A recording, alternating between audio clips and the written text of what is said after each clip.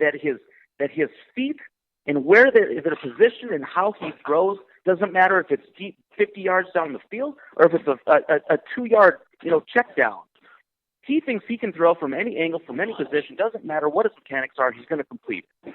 And that's the problem, that he gets lazy with that kind of stuff. He's been doing it for years, and he hasn't been held accountable to it. And that's the thing that's always frustrated me for the last several years about him, is just make the easy throws by just simply doing the basic quarterback fundamentals of throwing.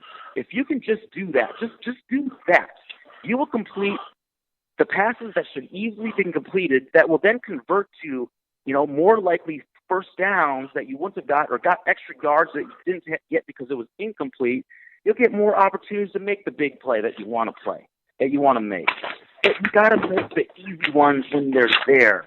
And he just hasn't done that as consistent as a guy in his stature should. That's my problem.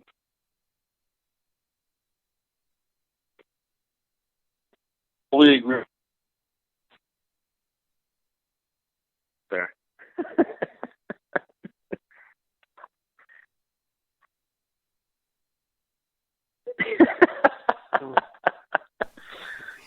Hey, he literally sounds like a goddamn. I'm sorry, I'm laughing, but he sounds. He sounds like. I'm sorry, I spilled the water bottle. I spilled the freaking phone. It fell on the ground. What do you expect, man? I'm trying to be like quiet as possible with the loudest freaking noise recognition possible. I love it. I'm freaking crying back here. I can't even talk. Dave, literally on air, you sound on your end like a Yeti rambling through the refrigerator. I'm sorry, Ryan. I didn't mean to interrupt you. Terrible, man. No, you're good. You're good. If it was Jay, I'd have no problem. I wouldn't apologize. If it was you, I'd be like, I'm so sorry. No apology needed. Hey, guys, though, seriously, the unsung hero tonight, J.K. Scott, stud. Oh, dude, the leg. Dude, oh, my God. His punts were unreal. There were so many fair catches.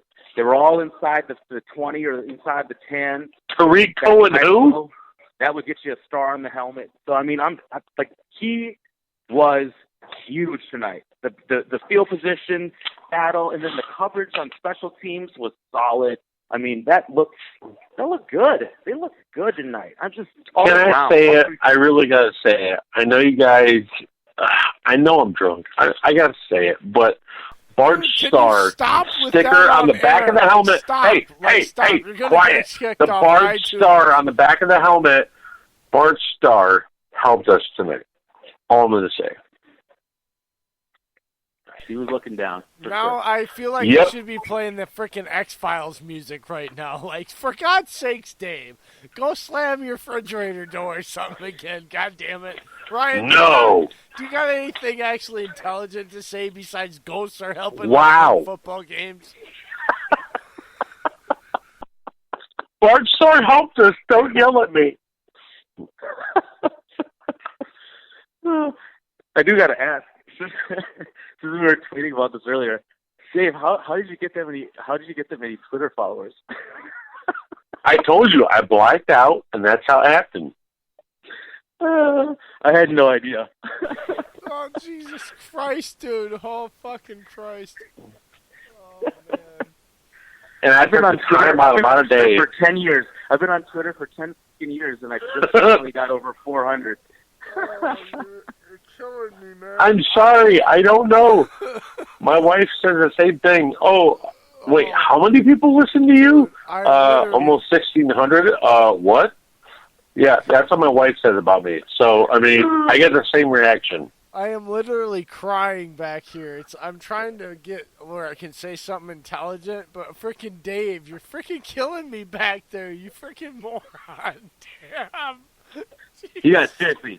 What did I say about Aaron Rodgers' mechanics? I'm watching NFL Network right now. You said it. They're showing highlights, right? And they just showed the play, the 47-yarder to MVS. Rodgers had zero pressure on him. There was nobody around him, and the way that he threw that ball, it looked like he was about to get sacked.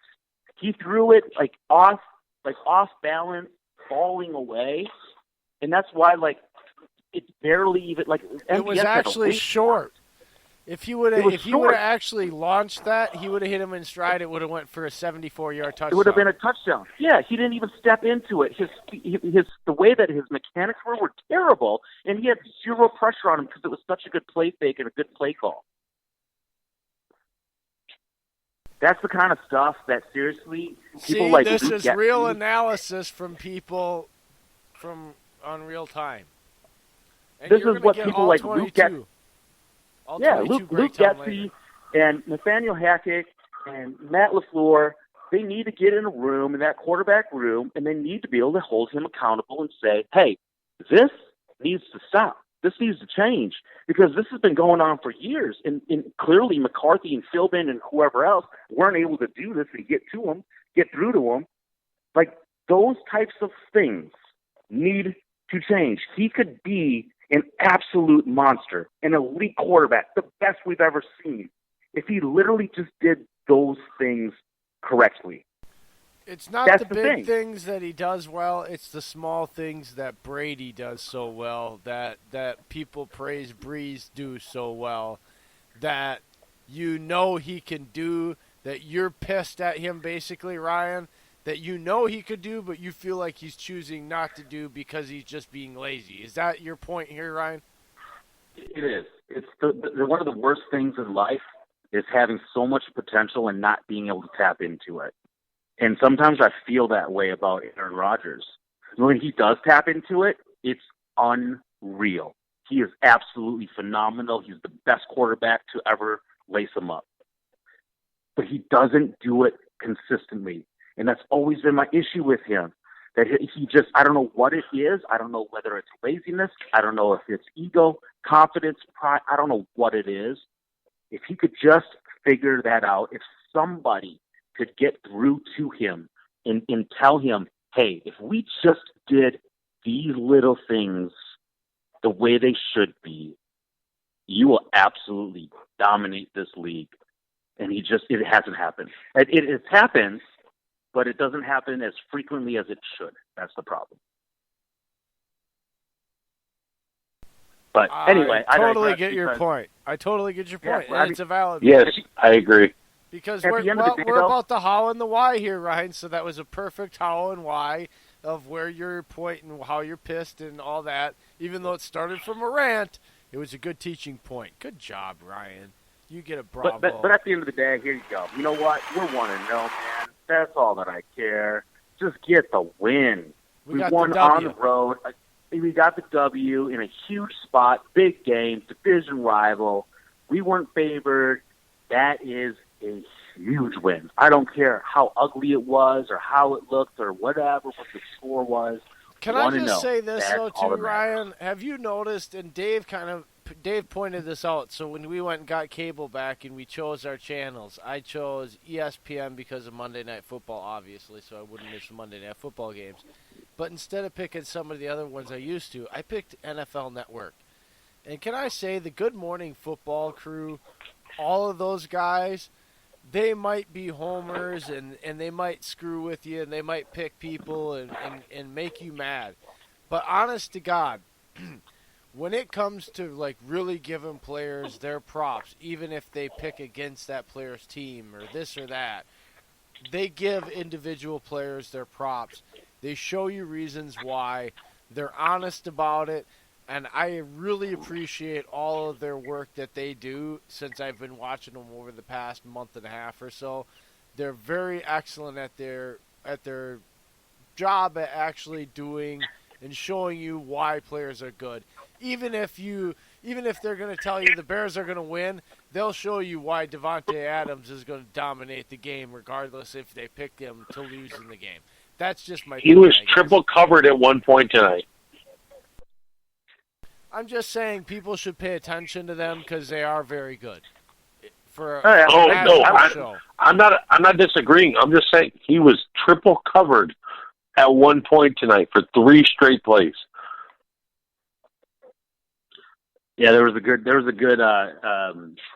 video shot of it where after the ball fell incomplete, Devontae Adams started counting. You saw him noticeably counting 1, 2, 3. like, really? You guys got to put 3 guys on me now?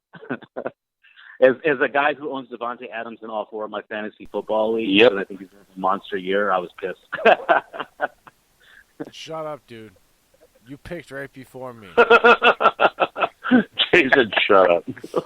I'm still pissed at you about that, Ryan. Like, we're friends and everything, but, like, we might fight over that pick thing someday. I didn't realize that you were mad about that. Oh, here we go. I'm just saying, man, for real. So, like, I'm salty about that. You should know better that Devontae's my guy, and you should just let me have him.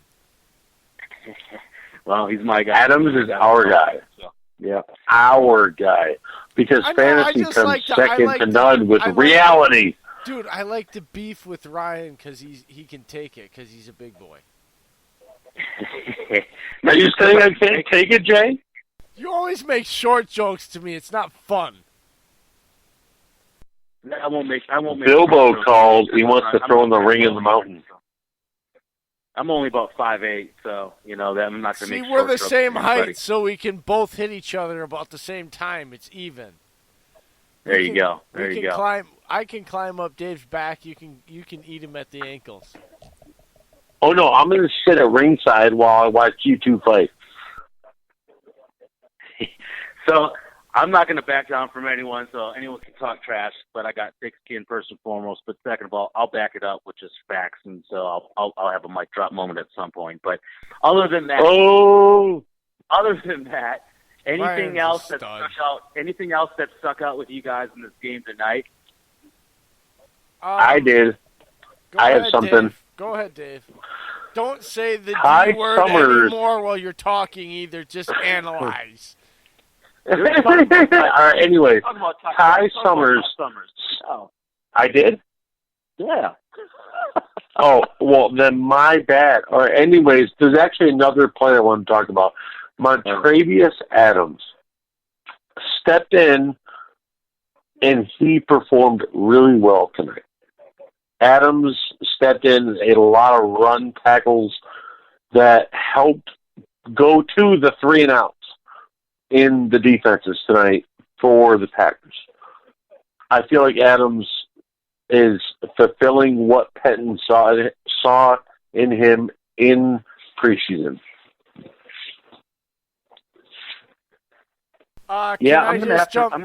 Can I just jump in here quick just to be fair, since we do cover the whole NFL and we are calling both sides. In my notes, I was going through, and I have written here as a side note, because I didn't make a lot of Bears notes, but I made some notes that things that stuck way out to me from their side. And my note here is, Ryan and Dave, Eddie Jackson is an effing stud, period. He's freaking everywhere. Yep. Stop this guy. Yeah. Only if he had Adrian Amos next to him. Did HaHa make a play tonight? I don't even know. I didn't even hear his name. He had a fumble knockdown, but Rodgers recovered it. Once, yeah. Oh, okay. I think I was jumping up and down or something at that point. I didn't hear it. Okay. But that was it. Nothing else, though, right? Nope, nothing else. I mean, Eddie Jackson, that's nothing new. We already knew that, right? I mean, that's not like, hey, this is breaking news. Eddie Jackson is good. I already know Eddie Jackson is good.